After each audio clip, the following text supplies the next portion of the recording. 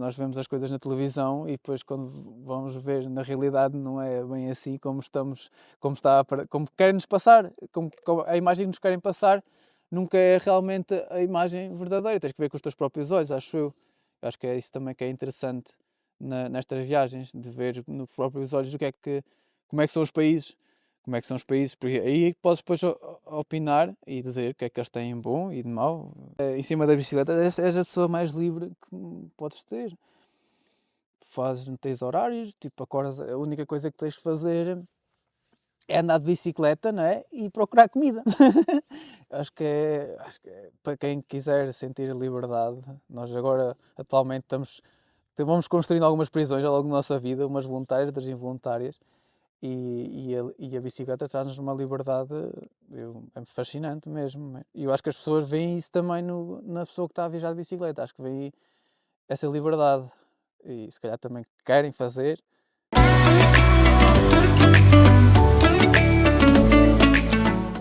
Bem-vindos ao podcast Viagens a Pedal, o podcast de todos os viajantes de bicicleta. Nem todas as viagens começam com um sonho antigo ou um destino mítico. Algumas começam com curiosidade, com um país pouco falado, com vontade de atravessar um lugar antes de ele nos atravessar a nós. O convidado de hoje é o João António, que decidiu pedalar desde a Arménia até à Bulgária, uns países esquecidos nas grandes rotas de viagem, mas cheios de contrastes, histórias vivas e uma Europa que ainda se sente crua e autêntica. Ao longo de quilómetros por estradas secundárias, aldeias rurais, paisagens inesperadas, o João foi descobrindo uma Europa longe dos clichês turísticos, dura, hospitaleira, por vezes melancólica, sempre real. Uma viagem onde a bicicleta foi passaporte para conversas improváveis, silêncios longos e uma relação muito direta com o território. Nesta conversa vamos falar de viajar fora do radar, do que significa pedalar em países que pouco escolhem e do que se aprende quando o mapa nos leva para longe das rotas óbvias. Este é mais um episódio de Viagens a Pedal, porque às vezes as viagens mais marcantes acontecem nos lugares que quase ninguém aponta no mapa. Fiquem connosco para ouvir as suas histórias, aproveitem já para subscrever o canal, aqui no sininho, e ativar também as notificações. Olá, João, bem-vindo. Aqui, estamos a gravar em Gatões, que pertence a Montemoro Velho. Porquê é que estamos aqui? Bem, olá, Rui, obrigado por teres vindo até Gatões. Aqui foi onde eu nasci, vivi até aos 18 anos e é onde eu tenho as minhas maiores raízes ainda e é onde eu penso voltar no futuro a viver para aqui. Eu agora estou com um projeto no interior, mas sim, no futuro quero voltar aqui à minha aldeia e quero viver aqui. Estamos aqui, pronto, essa é a razão principal, sim. Então, a tua primeira memória de bicicleta, imagino que é de algures daqui de perto. Sim, é aqui na aldeia. Isto há 30 anos atrás, andávamos todos na escola primária, que agora já está fechada, infelizmente, já não há crianças Não há a crianças. nascer, há menos crianças a nascer na aldeia. E eu e todos os meus vizinhos e toda a gente aqui na aldeia, da minha geração, todos andávamos de bicicleta, todos tínhamos uma bicicleta. E juntávamos, tanto no campo de futebol, como para ir até à catequese, íamos de bicicleta. A bicicleta foi sempre muito presente na nossa infância, desde os 4, 5 anos, 6, desde aí. Havia 2 oficinas de bicicletas na aldeia, na altura, bicicletas e motas. E nós quando íamos para a escola, íamos de bicicleta e uma dessas lojas, nós passávamos lá e parávamos lá e falávamos lá com o senhor que arranjava as bicicletas. Era um ponto também de paragem na infância até é bastante curioso agora estar a recordar estes momentos contigo.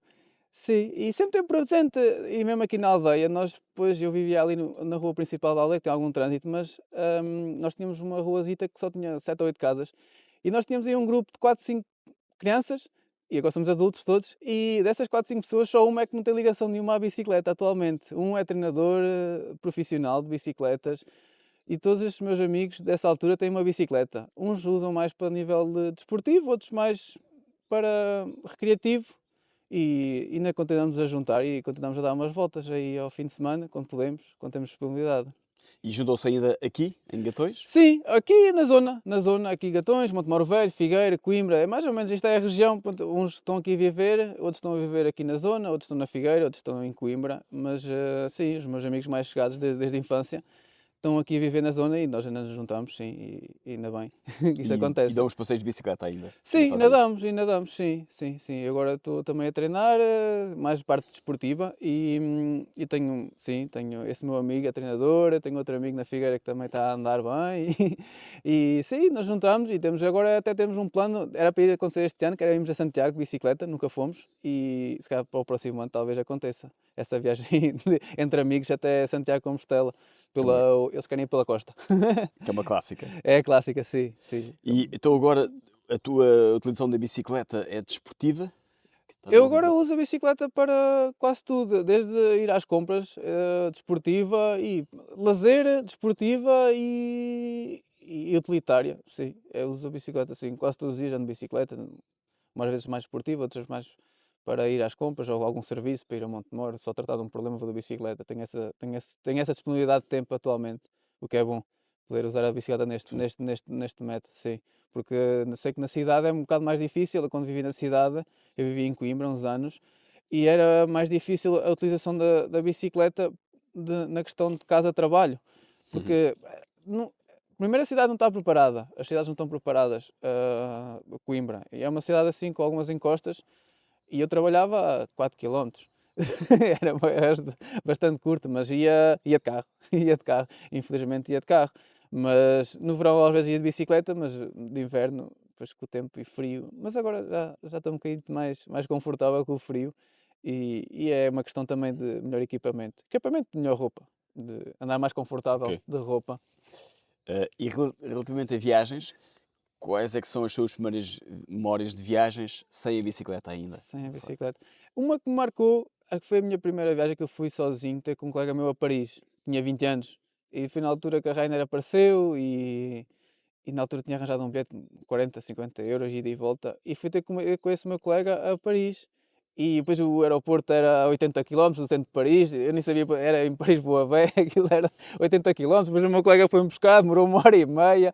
E eu estava lá, e quando chega a Paris Boa Vé, nem sabia que Paris Boa Vé, que raio, aquilo era um pavilhão militar antigo e eles tinham lá requalificado aquilo, as pequenas companhias, pequenas que agora são grandes, a Ryanair, essas de low cost.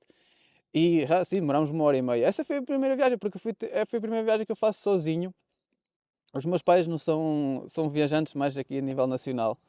Fazem a típica viagem de ir ao Algarve todos os anos e ir à Figueira da Foz. São mais tranquilos de estar aqui. E eu, pronto, essa foi a primeira eu acho que é a que me marca mais, é essa semana em Paris, que, não sei, até foi bastante, não sei, nunca tinha andado de metro, uma cidade gigante, muita gente, mais a parte de ver edifícios, arquitetura, não tanto a parte natural, de natureza, que agora eu gosto mais. Sinto-me mais confortável a visitar espaços naturais do que cidades. E se forem cidades grandes, não tenho assim grande interesse. Conforme as cidades, mas sim, não é uma paixão atualmente. A paixão de viagem de bicicleta é mais a parte rural. Mas aos 20 E anos sair de Gatões e chegar a Paris deve ser um choque. eu estava a estudar, estava na altura da minha entrada em Vila Real a estudar na universidade. Sim, E o que é que estudaste o quê? arquitetura Arquitetura, não é? paisagista. Sim, eu estudei arquitetura paisagista. Eu andei a trocar, os primeiros 2 anos andava em desporto. E depois fui para arquitetura paisagistas, para Vila Real. Eu estava a estar em Leiria, até quando saí aos 18 anos, e depois aos 20 fui para Vila Real.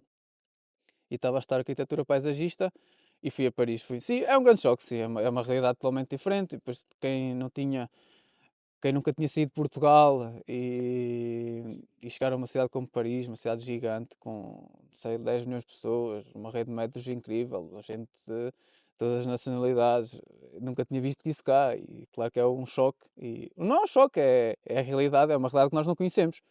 O que é interessante também, que é isso é que nos acho que faz culturalmente crescer e, e melhorar e trazer algumas coisas também positivas para quem nunca saiu daqui, ver coisas lá fora diferentes é interessante depois trazê-las para o nosso país.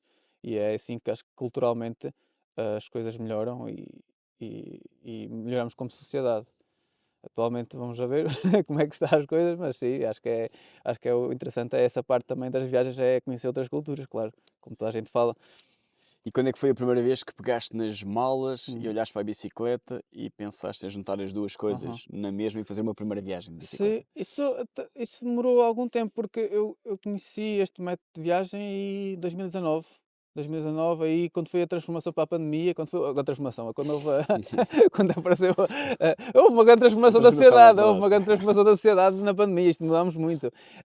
Mas sim, isso aparece em 2019, 2020, começo a conhecer alguns viajantes de bicicleta e começo a ver o Johan Georgiev no YouTube, que era o que estava a atravessar desde o Alasca até lá abaixo, e eu sonhava com aquilo. E depois comecei a frequentar uma loja na Covilhã e o rapaz, eu contava-lhe as histórias, e olha, vi estes vídeos no YouTube.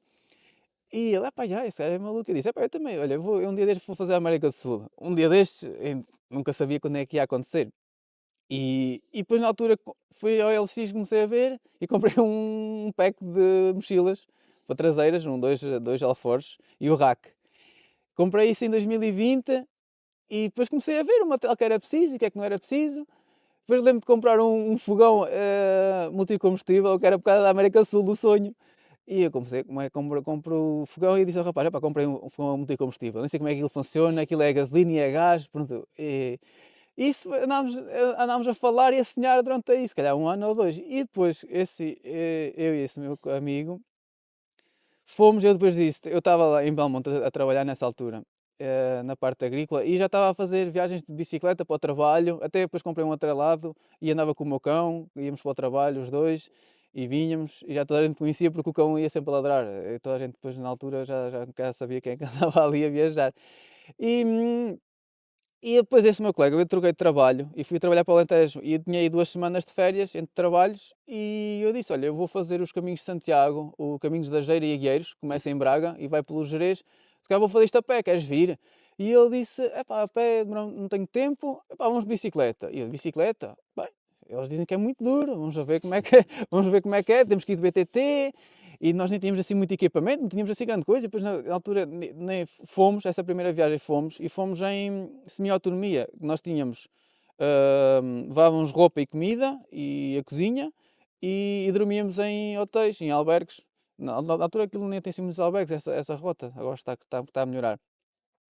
E decidimos e fomos, e foi duríssimo, essa rota, fomos para Braga de comboio, chegámos a Braga, fomos buscar a caderneta para fazer os carimbos, para ter o passaporte do Peregrino. peregrino, e começámos a pedalar e íamos com um sorriso encantador, porque nós estávamos ali em Braga, depois começámos a entrar no Gerês, o Gerês é incrível e nunca tinha passado lá, e íamos de bicicleta e íamos todos contentes, eu os alforjes a bater porque aquilo a Só rota pedal. era tão dura, era tão dura que os alforjes iam a bater e nós já estamos chateados, eu já sei que os alforjes não valiam nada, depois caíam, e fomos e fizemos, foi 4 dias, demorámos 4 dias a chegar, fizemos 50 km, 50, 60 por dia. Parte do tempo a empurrar a bicicleta, Houve muitas partes, sim, de empurrar a bicicleta. Tinha muito que já acumulado é essa duríssimo. rota. E a rota havia zonas que era mesmo. Tinhas que com a bicicleta a pé. Sim, Sim. sim, sim, sim. Essa foi a primeira viagem de bicicleta. E esse depois. Essa foi a primeira. E depois, passado um ano, eu falo com ele. Ele disse: Olha, vamos fazer uma volta e vamos fazer aí. Vamos fazer a aldeia das rotas. As Aldeias aldeias históricas. As históricas. aldeias históricas, exatamente. E fomos aí, já fomos. Eu disse: Olha, eu vou fazer a América do Sul de bicicleta. Era sempre o plano. Eu vou fazer a América do Sul, já comprei o equipamento todo, vamos fazer esta e vamos fazer em autonomia. Ele arranjou uma tenda e fomos fazer em autonomia e fizemos a aldeia das rotas históricas, mas não foi não é o caminho normal, fizemos por estrada, porque Ok. ele não tinha bicicleta e nós também de BTT ia ser muito Sim. duro e fizemos por estrada. Fizeram toda ou Toda, só sim, parte? fomos às aldeias todas, mas sempre por estrada. Ok. Sempre demorámos 6 dias, acho eu, 6, 7 dias. Nós pedalamos o dia todo, desde manhã até à noite. E depois, sim, essa foi muito fixe também de fazer essa aldeia das rodas históricas. E, essa foi a viagem antes, foi a preparação para esta viagem, desde a Arménia, que o objetivo desta viagem da Arménia era começar em Yerevan, na capital da Arménia, e ir até Istambul. Esse era o grande plano, foi esse. E foi a preparação, foi esta semana das aldeias históricas, antes de eu ir sozinho, E, porque eu nunca tinha viajado sozinho de bicicleta e foi. e o que é que aprendeste antes o que é que aprendeste nessas aldeias históricas que depois te serviu? Ok, fez grandes lições. Nessas aldeias, era, fa- era, era fácil de arranjarmos sítio para meter a tenda.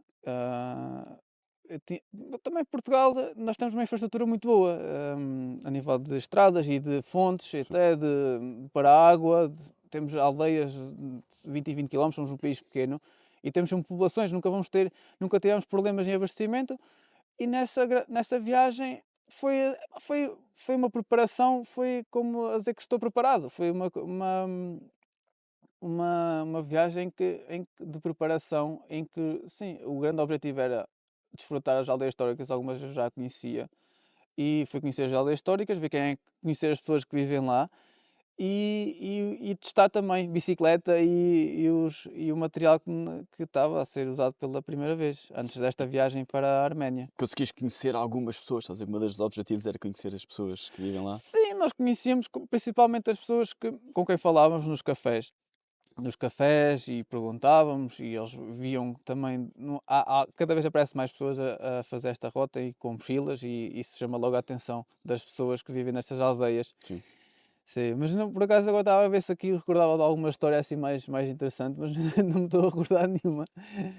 Talvez em Idanha, nós ficámos em Idanha à Velha e ficámos lá mesmo no centro da aldeia, depois vieram-nos trazer comida, vieram-nos trazer alfaces e legumes para fazer o jantar e foi engraçado. As pessoas que vivem lá muito poucas pessoas em Idanha à Velha. O sítio realmente tem uma energia muito boa, aquele sítio, Idanha. E Idanha, depois nós acampámos lá mesmo, mesmo encostados à muralha do castelo. Sim. E, mas depois acordámos muito cedo, pá, um trator a passar lá a cordões, já eram 6 da manhã. Aquilo fazia um barulhão, o trator. Pronto, ia para o trabalho, ia trabalhar. Só que nós acordámos os dois às 6 da manhã, cada um na sua tenda, e às 6 da manhã estávamos todos com a cabeça de fora a olhar para o trator, a passar. Era um barulho, era estremecedor, era uma coisa impressionante. Foi engraçado, sim. Então, é assim que chegamos à Arménia, que era a Arménia, Istambul. Sim. A ideia, no fundo, essa viagem é uma preparação para da América do Sul, que haverias de fazer. E tinhas tempo, ou um tempo limitado? Como é Eu que... tinha 2 meses, porque depois os meus pais queriam ir de férias e eu tinha que tomar conta da criação dos meus pais e dos cães, mas também eles guardam-me o cão quando eu vou viajar e pronto, isto são favores que temos que fazer e eu não me importo nada e os meus pais tinham que ir de férias também e eu planeei a viagem para 2 meses. E porque a Arménia?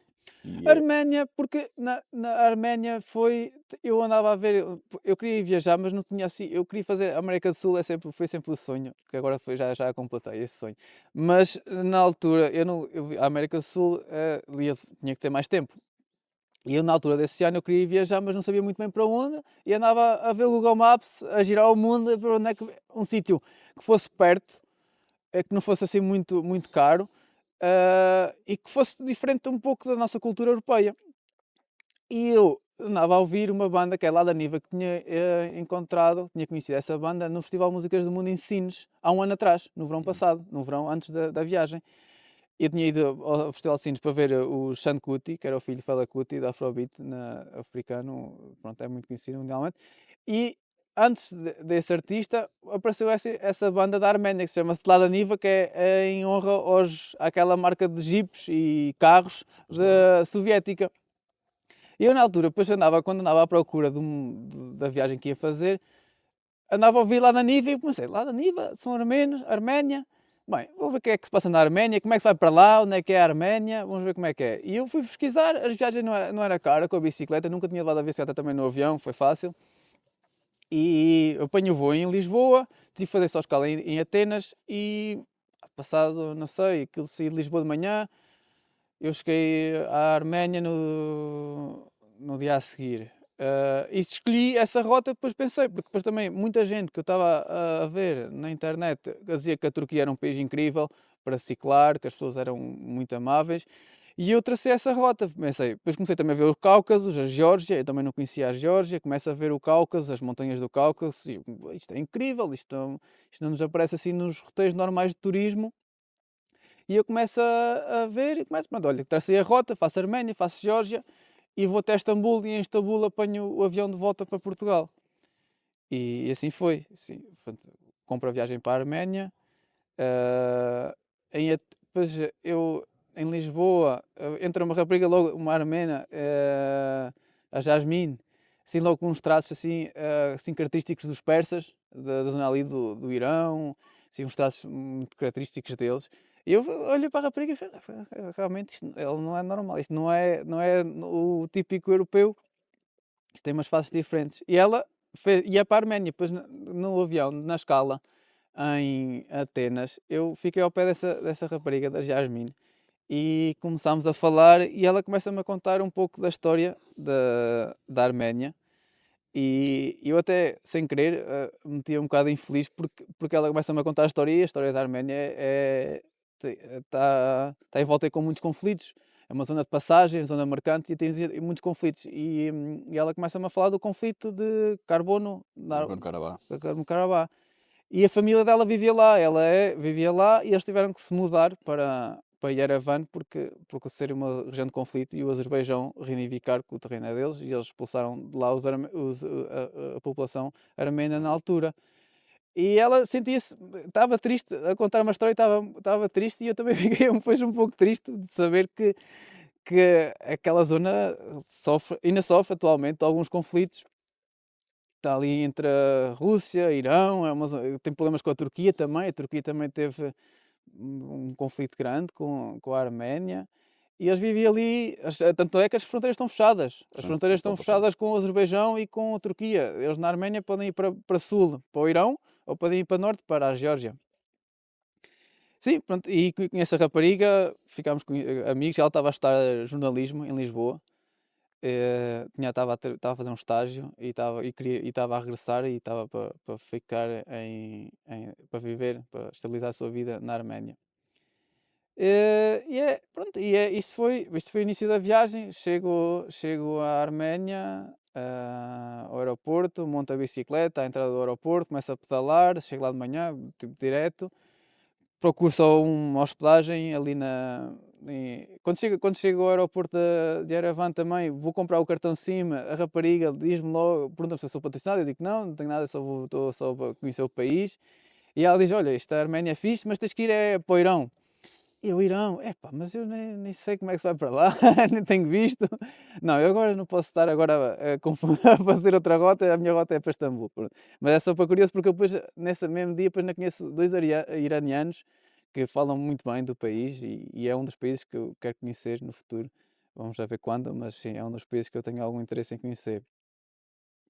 Quando a roda começa, estamos na Arménia. A Arménia é um país que pertenceu à União Soviética até aos anos 90, é um país recente, com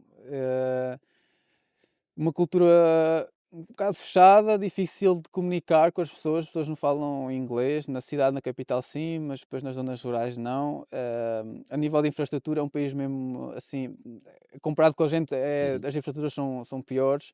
Nota-se nas zonas rurais assim, mais pobreza, muito antigo, não se vê desenvolvimento. É um país muito pouco desenvolvido, mesmo a parte agrícola, muito natural. É incrível, a nível de natureza é mesmo incrível, porque está mesmo, não, está intocável a natureza lá. E como não há indústrias, não é um país muito pouco desenvolvido, não há indústria, não há agricultura assim em grande escala. É um país muito rural e com muito pouco desenvolvido atualmente. Sim. Sim, mas sim, as pessoas incríveis, sim. Fui por ali, passeava ali de bicicleta, comecei a viajar para norte, para a Geórgia e Tu tinhas já a rota pré-definida para onde é que irias de fazer? Ou... não, ia estudando assim dia a dia. Quando chegava à tenda ao final do dia ia vendo mais ou menos, planeava mais ou menos sempre a etapa seguinte, o dia a seguir, e ver mais ou menos onde é que podia passar, onde é que se podia abastecer. Mas na Arménia e Geórgia é muito tranquilo porque também há vilas sempre, são países pequenos e há sempre pequenas aldeias e pequenas as vilas. Havia sempre um mini mercado e havia sempre pontos de água, havia água em todo lado nessa altura. Mesmo em agosto, eu fui em agosto, de julho, eu cheguei lá em julho, 15 de julho, 15 de junho, desculpa, 15 de junho, foi de 15 de junho a 15 de agosto a viagem total. E havia sempre água em todo lado, sempre água disponível e água das fontes, sempre potável, não, era fixe isso. Ia estudando a rota, ia vendo mais ou menos os parques naturais. Na Arménia, eu havia um sítio engraçado, tinha lá assim umas montanhas com melhor paisagem.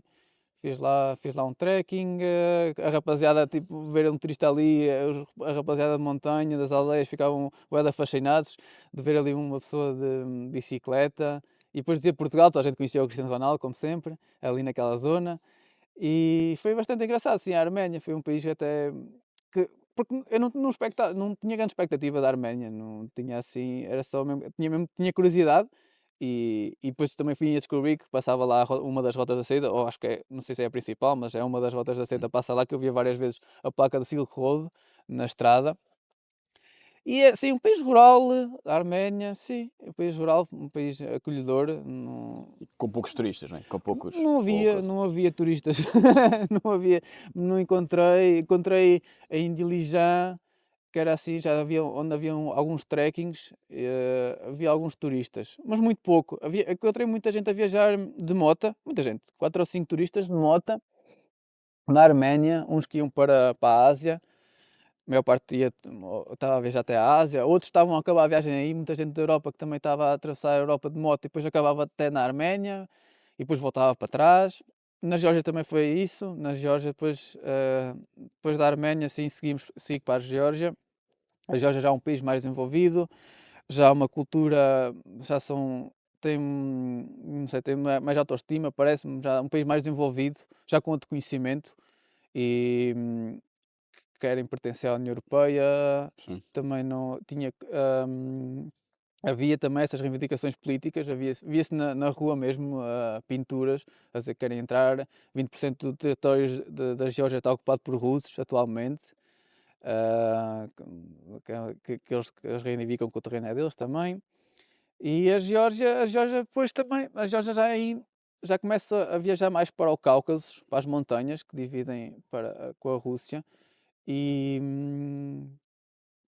e já começa a ver paisagens impressionantes, começa a ver glaciares, quando a chegar às montanhas, a chegar ao Cáucaso, começa a ver montanhas, começa a ver os glaciares, e, e a conhecer a cultura georgiana, a cultura do vinho, que eles dizem que foram os Meu pioneiros a país, fazer vinho. Eles fazem vinho como nós fazemos no Alentejo, talhas de barro, não com é? as talhas de barro, mas enterram-nas no solo. E só quando o vinho está fermentado é que o tiram. Vinho é bom, sim, vinho é bom. O vinho da Geórgia é bom, sim. A cozinha também é engraçada, sim. E é lá que há umas caves enormes, não é? Gigantes de Sim, vinho, sim, sim. com centenas de metros ou quilómetros, não é? Segundo. Eu visitei, eu não visitei essas caves, visitei foi assim as talhas de barro enterradas no Uhum. solo. E depois provei, sim, mas havia, sim, falaram-me que havia essas caves gigantes, mas eu não visitei essas calhas. Eu visitei Tbilisi, fui até Tbilisi, a Sim. cidade já com uma boa energia, incrível, a cidade, muito, muito fixe, a cidade.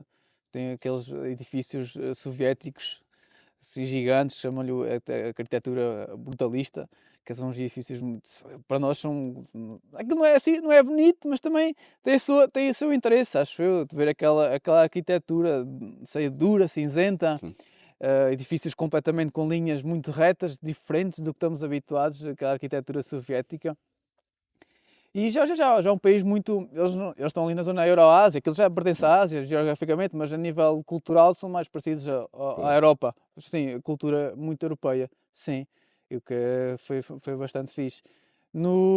Pronto, Tbilisi vou traçando a rota para ir para a zona de Svaneti, que é a zona que está encostada ao Cáucaso. E aí é onde começas a ver os picos nevados. Mesmo em agosto tem os picos nevados, eu não sei qual, altitude de 3000 metros talvez, os picos, 3000 e tal, e começas a ver glaciares, e começa a ir para a zona de Svanética, é uma zona de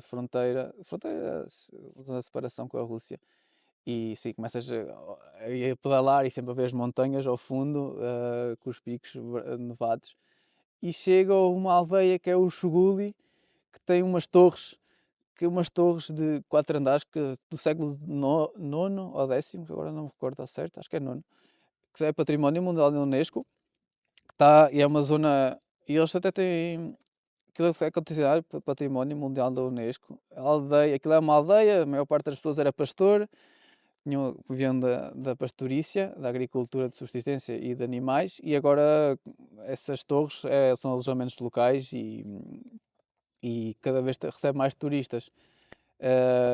O Xuguli é uma aldeia muito fixe e tem uma energia engraçada, porque depois andas 2 ou 3 quilómetros e vês um glaciar, vês a montanha toda nevada, e aí em o Xuguli, sim, pois aí era engraçado porque eles tinham um filme que retratava a época dos anos 90, como é que se vivia nos anos 90 naquela região de Svaneti. E esse filme ganhou prémios internacionais. O filme chama-se Didi, D-E-D-E, Didi, é um filme internacional independente, acho que está disponível na internet, podem ver de Borla, em princípio. E esse filme passa na aldeia, no cinema da aldeia, que é o café, que tem um retroprojetor e tens de pagar 2 euros para ver esse filme, que retrata como se vivia nos anos 90 naquela região, que era no inverno, não tinham hipótese de sair, eles eram caçadores. Nestas torres eles guardavam os alimentos também, que produziam da primavera, verão, e porque ali estavam mesmo fechados, de inverno, estavam mesmo fechados. E essa zona de Svaneti é muito fixe. E fizeste caminhos de estrada ou de terra batida? Esta viagem foi principalmente de estrada, se calhar 95% de estrada. A minha bicicleta era de estrada, só lhe pus uns pneus mais largos, de 35 milímetros, e fui sempre por estrada, quase sempre, sim, 90 a 95% foi por estrada, sim, foi sempre por estrada. Foi sempre por estrada. Algumas estradas na Arménia e Geórgia não eram assim grande coisa, mas dava para passar, dava para passar. Sim. Depois daí de Svaneti, olha, seguimos até ao Mar Negro, até Batumi, que já é uma cidade turística e na Geórgia, já muito desenvolvida, com arranha-céus já, e antes de entrar na Turquia. E esses contrastes de passar de repente das aldeias para as cidades é um, é um contraste forte. É forte, é muito forte, porque eu, principalmente nas viagens, passamos muito tempo, acho que na natureza, não é? Passamos muito tempo na parte rural. Normalmente só vamos à cidade é para comer alguma coisa que não encontramos nas aldeias e se calhar para ficar mais 1 ou 2 dias, para descansar talvez, e para lavar roupas e essas coisas, fazer a manutenção. As minhas viagens é mais ou menos assim, sim, paro mais ou menos nas cidades para fazer esses serviços. Na aldeia normalmente é mais difícil arranjar esses serviços, mas sim, vou às cidades.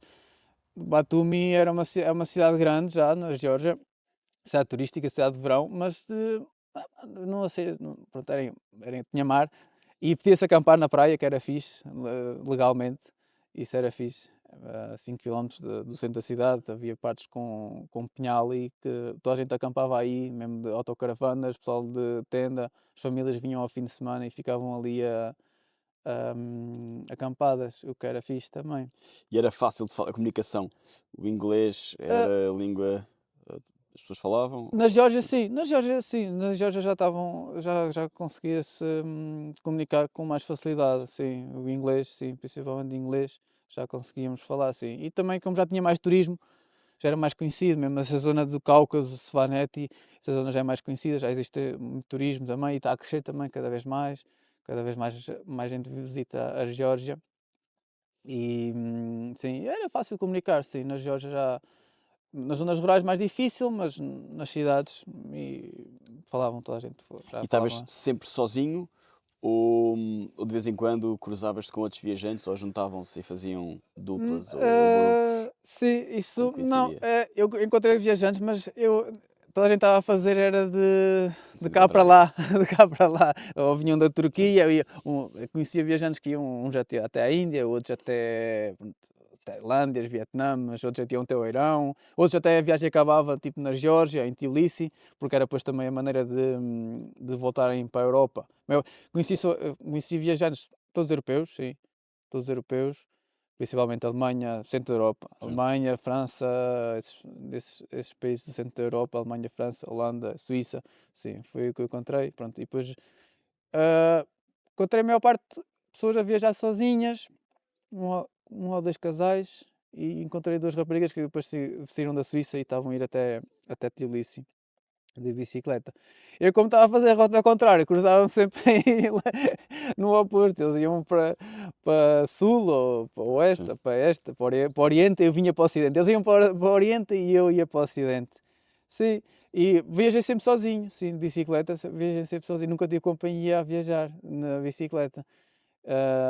Depois encontrava nas cidades, nos sítios turísticos, depois até dava para encontrar, conheci pessoas alemães principalmente, depois até fiz alguns trekkings com essa rapaziada nas cidades, normalmente. Depois isso também é fixe, é a parte mais fixe que há das cidades, é essa também.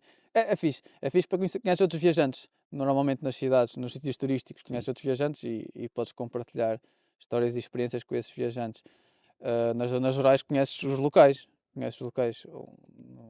na Arménia senti o povo um bocadinho mais fechado, na Geórgia já mais abertos, sim, e na Turquia já, na Turquia passam-te a vida a convidar para comer e dão-te comida e enchem as malas de comida e, e estão sempre, querem-te saber quem é que tu és, que é o viajante que anda aqui.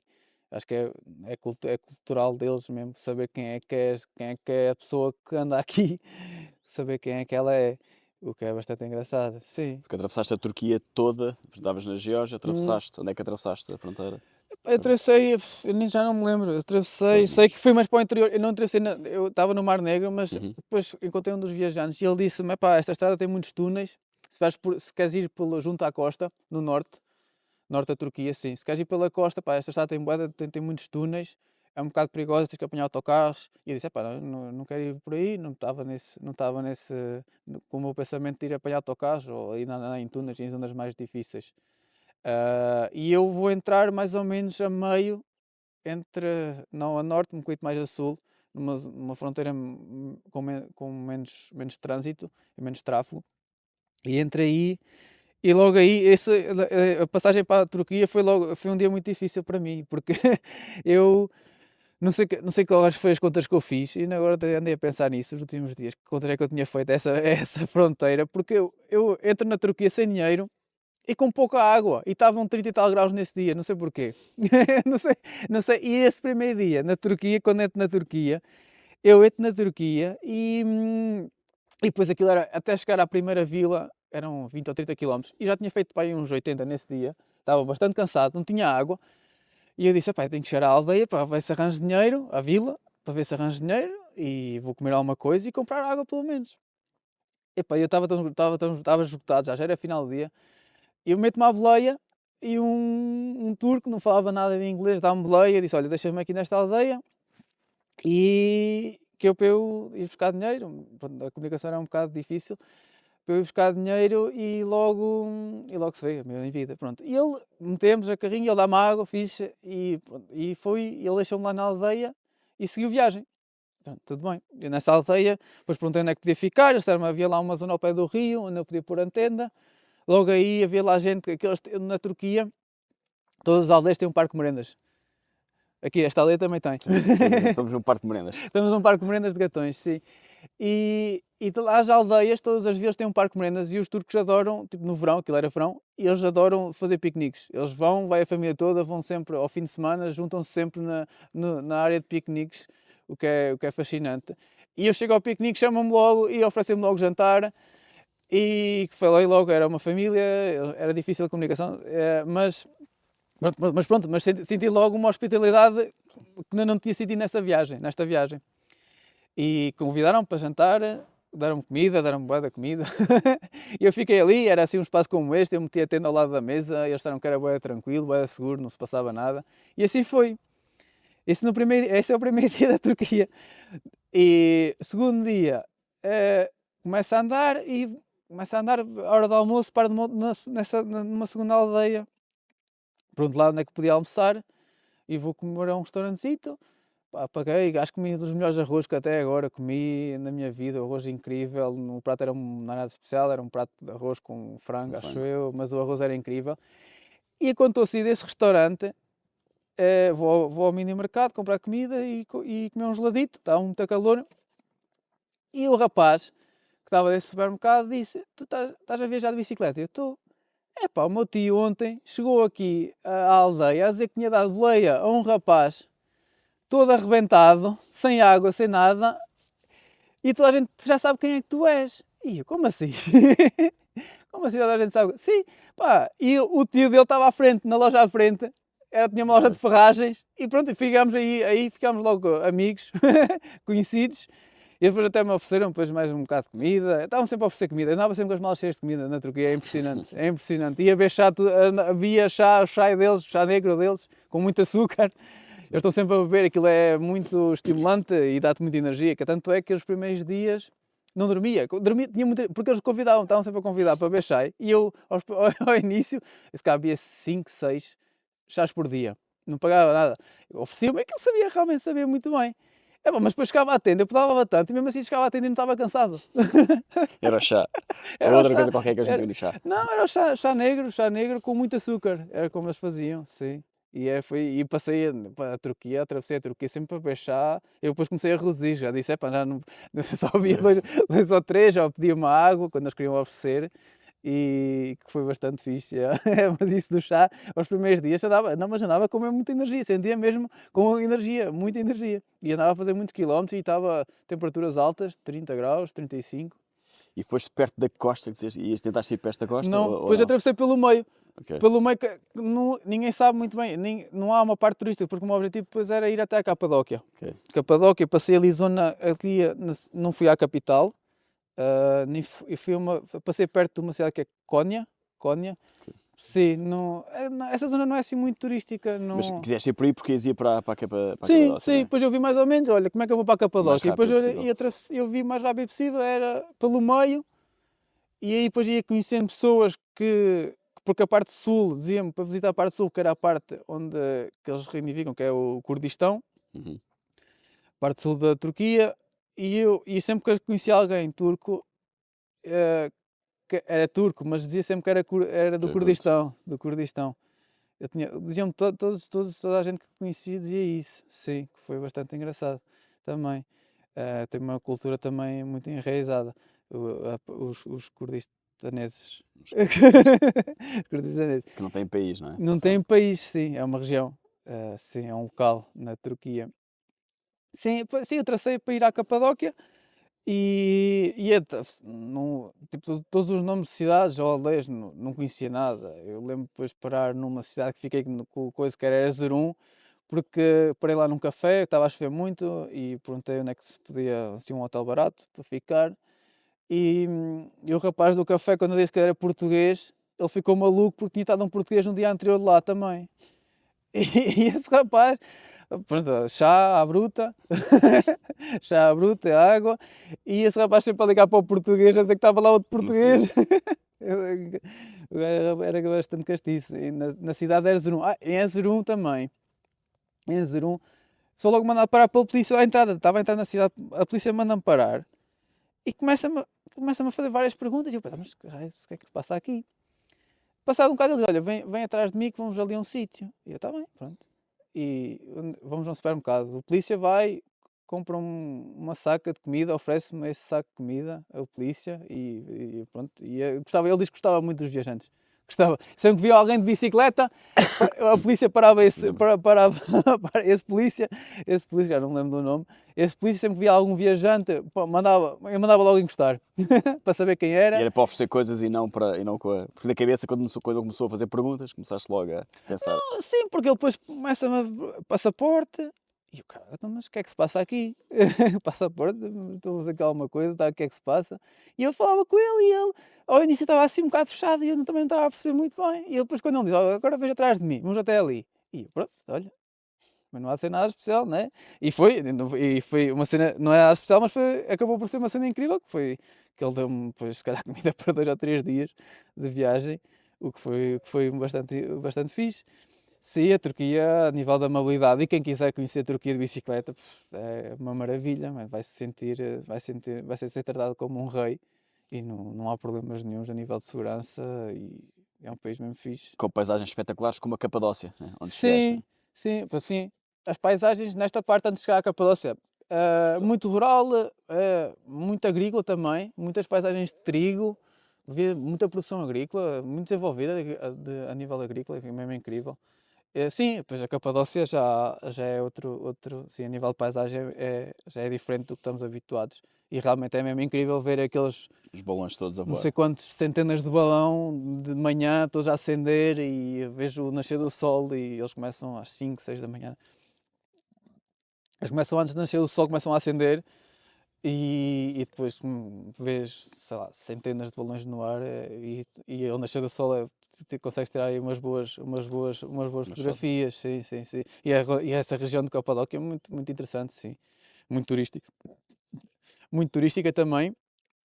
Mas sim, mas muito, muito tranquila, era turística, mas como aquilo a Capadóquia é uma região grande, até é uma área grande, não é só um sítio, são várias vilas e as pessoas espalham-se, os turistas vão se espalhando por ali e não sentes a gentrificação, não sentes aquele turismo de massas. Eu não senti isso, eu estava lá e se calhar em julho, final de julho, sim, meio de julho, parte turística e na altura turística e foi muito fixe, sim, a Capadóquia é muito fixe, sim. A Capadóquia é muito fixe, estive aí 4 ou 5 dias, foi fixe, sim, paisagens incríveis, as pessoas são boas ali também, e daí sigo direito a Istambul. Que era o objetivo original. Sim, que era o objetivo original, só que eu estava a falar mais do que eu pensava e estava a evoluir mais depressa do que eu estava expectante. E chego a Istambul e ainda sobrava-me aí alguns dias que tinha de tempo e começo a ver para onde qual era o aeroporto mais próximo e mais barato para voltar para Portugal. E começo a olhar para a Roménia, Bucareste ou Sófia, começo a ver também as distâncias para essas duas cidades. E na altura, não sei bem porquê também, escolho Bulgária. Escolho a Bulgária estou em Istambul, estou lá 4 ou 5 dias. Em Istambul, sim, já é uma cidade gigante. Uma cidade gigante, bonita, sim, mas com muita gente. Depois de atravessar a Turquia, a parte rural, esta parte menos conhecida, depois até fiquei um bocado, não é desanimado, sei lá, porque eu tinha mais expectativas para Istambul e estive lá 2, 3 dias e pronto, e foi isso. E Da foi chegada. isso. E foi isso. E saí de Istambul e depois era difícil entrar em Istambul, era difícil sair, foi também difícil. Entrar foi um bocado mais fácil, mas a sair de bicicleta foi mais fácil. Conseguimos sair, né? Mas assim, depois há umas autoestradas, tens que andar de bicicleta na autoestrada, não é assim muito agradável. E eu daí, pronto, decido ir para acabar a viagem em Sófia. Decido acabar a viagem em Sófia, saio de Istambul, vou outra vez para norte, para o Mar Negro. Eu conheço uns turcos que me disseram, olha, vai a esta praia, que é fixe. E eles dizem-me 2 ou 3 sítios no norte de Istambul para ir. E depois entrei na Bulgária por aí. Sim, realmente é fixe porque na Turquia eles acho que têm mais liberdade do que nós atualmente aqui, porque eles estavam acampados na praia, a fazer fogueiras na praia e toda a gente estava na praia, famílias inteiras levavam as tendas e mantinham-se nas arribas e estavam ali todos tranquilos e era muito fixe. E eles tinham depois também, essa foi a primeira noite quando saí de Istambul, na segunda noite vou a uma vila também assim de praia. Tinha vários parques de campismo, os parques de campismo estavam todos cheios. Os turcos gostam mesmo de estar cá fora e nos parques de merendas, parques de campismo. É impressionante a cultura deles. Levam a comida, levam a família toda e isso é um aspecto cultural também muito fixe que eles têm. Sim, estou aí, portanto, e entro na Bulgária, e depois os turcos sempre a dizer, a Bulgária, atenção à Bulgária, atenção à Bulgária, atenção aos búlgaros, e eu, pronto, está bem, logo se vê. Mas em E, quase todos os países falam sempre mal dos vizinhos, é, não é? E dizem é, é. sempre perigoso. Eles é que são perigosos. Pá. Sim, sim, sim, sim, eles falam sempre. Eu acho que as pessoas falam, mas acho que sem conhecimento, isso é que Em geral. é o mais chato. E depois criamos ideias erradas do que visitamos. E atualmente também é isso, nós vemos as coisas na televisão e depois quando vamos ver na realidade não é bem assim como querem-nos passar, como a imagem que nos querem passar nunca é realmente a imagem verdadeira, tens que ver com os teus próprios olhos, acho eu. Acho que é isso também que é interessante nestas viagens, de ver nos próprios olhos como é que são os países como é que são os países, porque aí podes depois opinar e dizer o que é que eles têm de bom e de mau. E o que é que os seus próprios olhos viram da Bulgária, então, para contrariar os turcos? Na Bulgária o país também é incrível, fascinante. Eu apaixonei-me destes 4 países. Eu gostei deles todos. Mas a Bulgária, depois, não sei porque, fiquei apaixonado pela Bulgária. Não tinha expectativas nenhumas da Bulgária, não conhecia nada da Bulgária. Entro na Bulgária, na Zona Norte, e depois na Bulgária, depois a rota que comecei a fazer, pronto, via mais ou menos o tempo que eu tinha para chegar à capital e marquei os parques naturais que eles tinham. Na Bulgária, sim, na Bulgária depois comecei a conhecer gente, perguntava de onde é que eu era, eu dizia que era de Portugal e conheci muita gente que teve cá a trabalhar no início dos anos 2000, foi quando tivemos aquela vaga de imigração de leste. Sim. E encontrei muita gente lá, quando dizia Portugal, pá, que adoraram o nosso país e que tiveram cá. A maior parte era pessoal de mecânicos, pessoal que trabalhava mais nos transportes também. O que foi bastante interessante. Foi bastante interessante conhecer as pessoas da Bulgária. E a Bulgária é um país seguríssimo, um país que pertence à União Europeia, que está-se a desenvolver, sofre muito de corrupção também, eles queixam-se muito, que é um país muito corrupto, os governantes. E a Bulgária fascinante, tem uma mescla de culturas, tem uma parte europeia, tem uma parte de etnia cigana, os romã, que eles chamam os romã, que é uma parte significativa da população, e ainda tem a parte também muçulmana. A Bulgária divide-se nestes 3 tipos. Isto tem a ver com os vizinhos ali à volta, não é? A Roménia, provavelmente, esses romanos, Sim, e sim, os sim, muçulmanos sim. da Turquia. Exatamente, sim, sim. E realmente, quando entrei, via muita gente assim, até parecida comigo, assim mais morenos e com barba. E eu sempre tinha a ideia dos búlgaros assim mais louros, assim fortes. Mas realmente nas partes mais rurais, sempre mais parecidos, são de etnia cigana. Eles lá na altura chamam-lhe os romã. Não é como nós dizemos aqui os ciganos, mas não é essa. E eles estão integrados na sociedade, trabalham e fazem parte da sociedade igual a toda a gente. E que foi bastante interessante. A Bulgária tem uma cultura musical incrível, uma cultura muito forte a nível musical. Havia música livre em todo lado, como era verão também. E eu estive num festival que não se pagava nada, um festival ao pé do rio, que aquilo. Chego lá de bicicleta, não se paga nada, só se paga a cerveja. Conheço uma comunidade de ingleses, há muitos ingleses a viver na Bulgária, sim, porque eles, pronto, as propriedades, os artigos, as casas, e consegue-se comprar casas baratas lá, ao que parece. E havia uma comunidade muito grande de ingleses lá na Bulgária. E esse festival eu juntei-me a uns ingleses e a um búlgaro que tinha trabalhado em Inglaterra, que me tinham convidado para jantar com eles e para beber umas cervejas com eles. E o festival era bastante interessante porque o festival era assim num espaço natural e tinha um rio por trás do palco. E o festival não se pagava, só se pagava realmente o que se comia e o que se bebia. E era um festival que as pessoas acampavam à volta do palco. Havia o palco e toda a gente, autocaravanas como campistas, toda a gente estava ali à volta. E havia parte dançante à frente do palco, mas depois os atrás era o pessoal que estava só na conversa, como nós estamos aqui agora. Que era bastante interessante e foi fixe. E depois depois sigo, depois aí tenho um encontro com rapaziada que me dizem logo que são ciganos e que me convidam para jantar. E eu, está bem, está-se a certeza.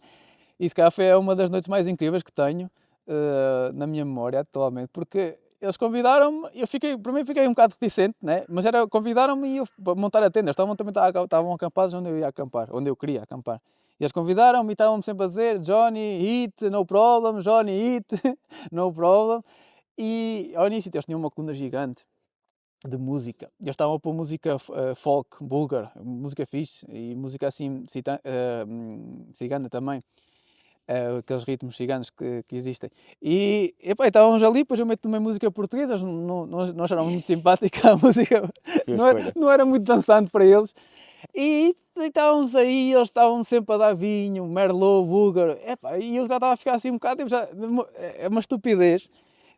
A ideia que nós criamos das comunidades e das pessoas, porque a ideia, pronto, eu já como estavam a dar tanto vinho, pensei, bem, olha, eu vou sair daqui só de boxers, amanhã acordo, pronto, tenho tudo de boxers e tenho que ir à minha vida e está tudo bem.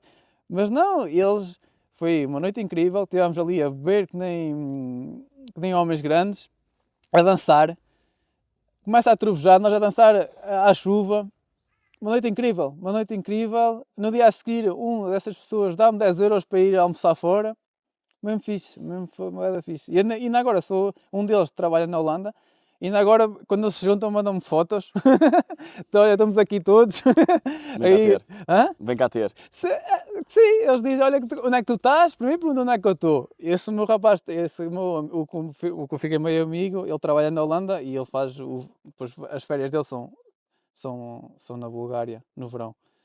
E ele depois no verão está-me sempre a mandar fotos deles, ainda agora neste verão está-me mandando fotos, estávamos outra vez num piquenique e com... É o e que agora- quebrar, viajar faz isto, quebra-nos os preconceitos que temos dos sítios, não é? E Sim, das pessoas. sim, eu acho que a sociedade, não sei, cria uma imagem que não... Passa-nos uma imagem que não é a realidade, não, algumas coisas não é a realidade. E isto, claro que quebra, né, o preconceito, né, porque nós, né, cria-se um preconceito sobre determinadas coisas que não devia existir, se calhar, ou pelo menos existir menos. Não sei se devia existir ou não, mas se calhar existir menos e as pessoas serem mais toleráveis, somos todos iguais, não há cá diferenças, não é? Mas nós, culturalmente, acho que eu sempre nasci com né, nossa cultura, nossa sociedade, leva-nos alguns preconceitos, o que é E, chato. e a bicicleta ajuda a quebrar esses preconceitos e a conhecer o mundo numa perspectiva diferente? Sim, claro, sim, claro. A bicicleta, sim. A bicicleta tem magia, acho eu. A bicicleta com dois alforjes atrás e um saco à frente, não é? E uma pessoa a pedalar suja. Acho que queria. Não sei, tem magia, não sei. Eu, não sei, eu não percebo. Eu agora vejo os ciclistas a viajar e falo sempre com eles a perguntar se precisam de alguma coisa. Mas sei lá, as pessoas olham primeiro e dizem que é maluco, não é? Que é maluco, não é? E com dois alforjes é maluco. Depois querem te conhecer, querem saber quem é.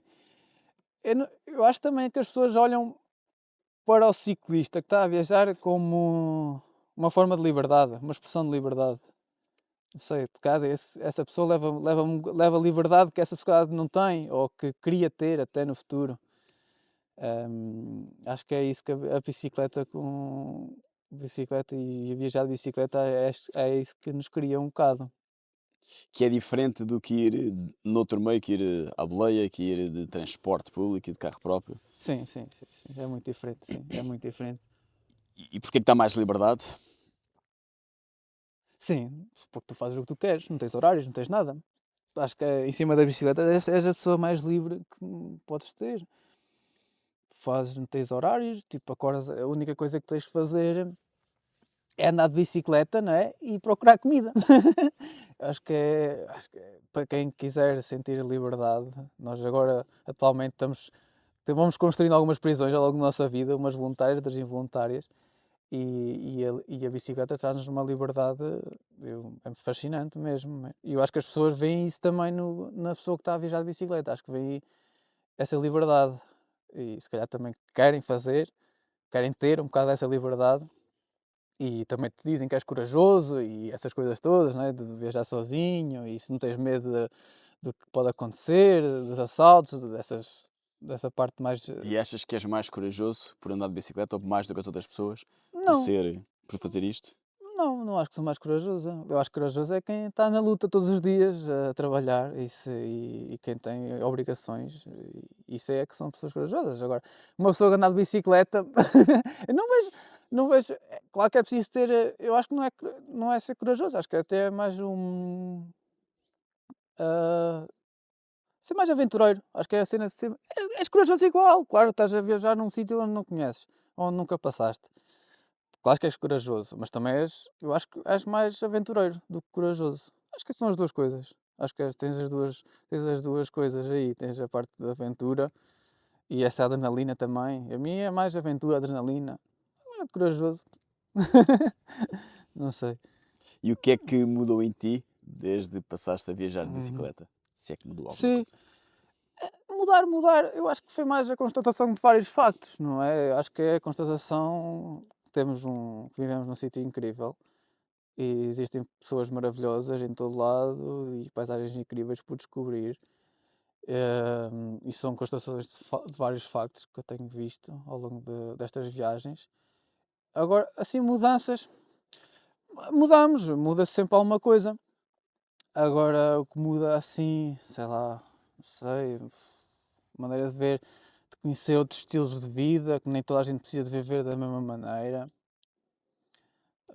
Mas sim, acho que é mais ou menos isso. Agora, sei lá, há tanta coisa diferente quando se viaja de bicicleta e depois quando se faz grandes, acho que quando se faz, minha opinião, quando se faz uma grande viagem, começas a,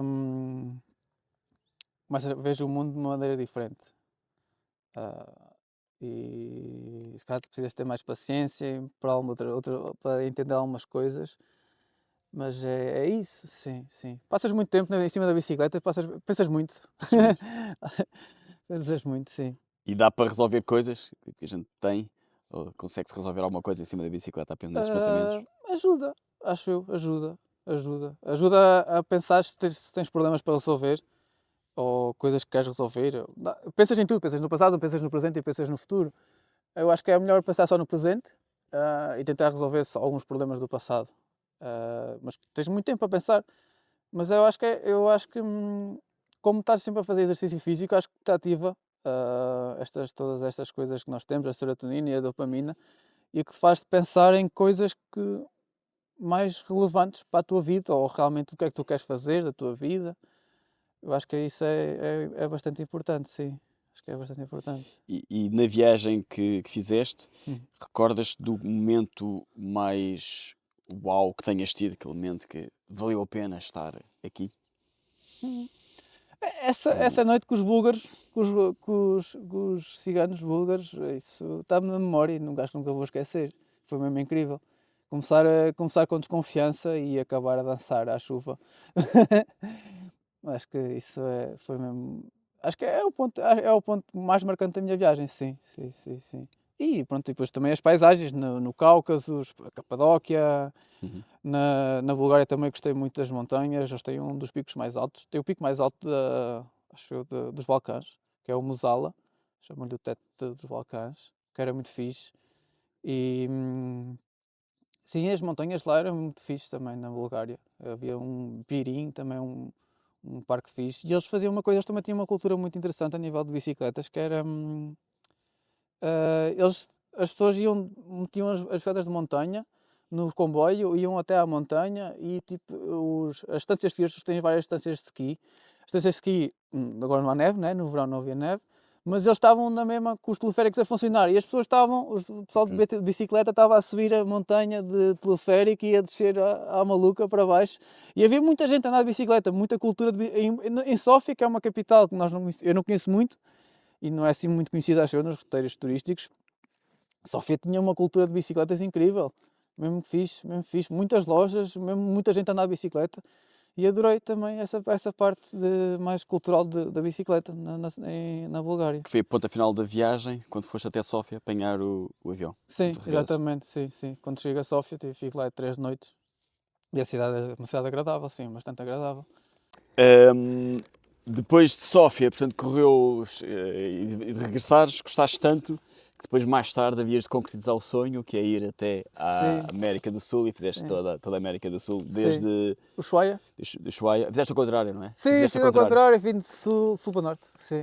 Tal como na outra, tu gostas de fazer de encontrar cruzar-te com viajantes no sítio contrário. Eu não gosto de andar com eles, não, estou a brincar. Gosto de partilhar também a estrada com outros viajantes. Só que, não, esta da América do Sul, essa foi mais uma questão logística. Sim, era mais prático. Era mais prático. Os aviões. Sim, era mais prático e era também. No Sul é mais caro e no Norte é mais barato. No Sul é mais frio, no Norte é mais quente. E eu queria acabar no quente. Queria acabar no quentinho. Muito bem. Essa aí já falaste em vários sítios, em vários podcasts também. Muito bem. Agora aqui temos uma série sempre de perguntinhas que fazemos sempre, que uma delas é o que é que tu levas sempre numa viagem de bicicleta? Olha, eu vou dizer uma coisa que nunca levo, mas compro sempre. Que é um alicate. Aqueles multi... Não, eu ferramentas. levo multiferramentas, isso eu levo. Levo multiferramentas, levo câmaras de ar, levo o normal. Só que depois, uma multiferramentas não tem um alicate. E eu preciso sempre de um alicate. Fiz sempre, não sei, em todas as viagens, um alicate está-me sem jeito. E eu comprei nesta primeira viagem e depois também... Lá da Argentina, mal cheguei à Argentina, quando aterrei na Argentina, logo aí, na segunda semana tive que comprar um alicate. Então na próxima viagem a levar isso. Próxima vez já levo. E o que é para ti um bom dia de viagem de bicicleta? Existem vários dias fixes de bicicleta, não é? Eu gosto do dia que é aquele dia que vai-te acontecer várias coisas que tu não tens planeado, não é? Que vão acontecendo ao longo do dia, ou conheces alguém que te convida para jantar, ou que te acolhe em casa, na sua própria casa. Isso é um dia fixe, que eu gosto. Sim. Eu também gosto muito do dia que tipo, não vejo muito pouca gente e vou a pedalar por paisagens incríveis, também gosto bastante desse dia. Sim, acho que são os meus 2 dias favoritos, acho que são esses 2. E se pudesses voltar para um único dia que já viveste, qual é que voltavas? Na bicicleta, nesta viagem, eu vou dizer, é o dos búlgaros, no Dos final búlgaros. dos búlgaros. Essa noite já... Não, Voltem para trás. essa festa sim. Nesta última viagem da América do Sul, quando eu faço a última passagem entre a Argentina e o Chile, que é o Passo Chama, já a 4.000 e tal metros, que é na entrada do deserto de Atacama. E aí, também é fascinante porque estás a entrar no deserto de Atacama a 4.000 metros de altitude, com uns tons laranjas e um sol incrível que estava nesse dia. Esse dia também estava na memória. São esses 2 dias que eu tenho assim, que repetia na boa. E qual é que é a próxima viagem? Não sei, tenho vários países na cabeça, estou a pensar, não sei, talvez o Irão, o Paquistão, não sei ainda, não sei, mas será assim, um desses países se calhar, ou a Argélia talvez também. Exatamente, giro. Ok, muito obrigado, Obrigado, pela tua partilha, foi muito agradável, muito inspirador a outras pessoas para voltarem a fazerem esta viagem, ou outras viagens. Vamos depois partilhar. Tu tens essas informações para ir no teu Instagram, Facebook, onde é que partilhaste? Instagram, eu criei o Instagram agora para a última viagem.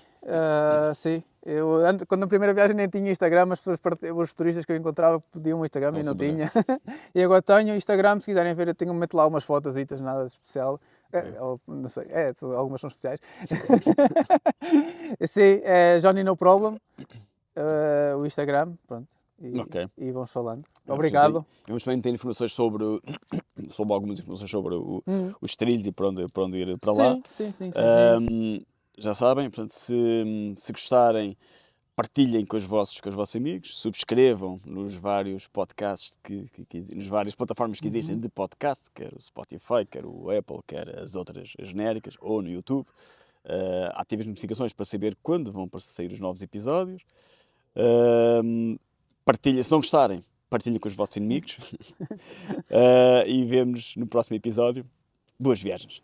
Obrigado. Boas viagens. Obrigado. Obrigado, foi muito fixe.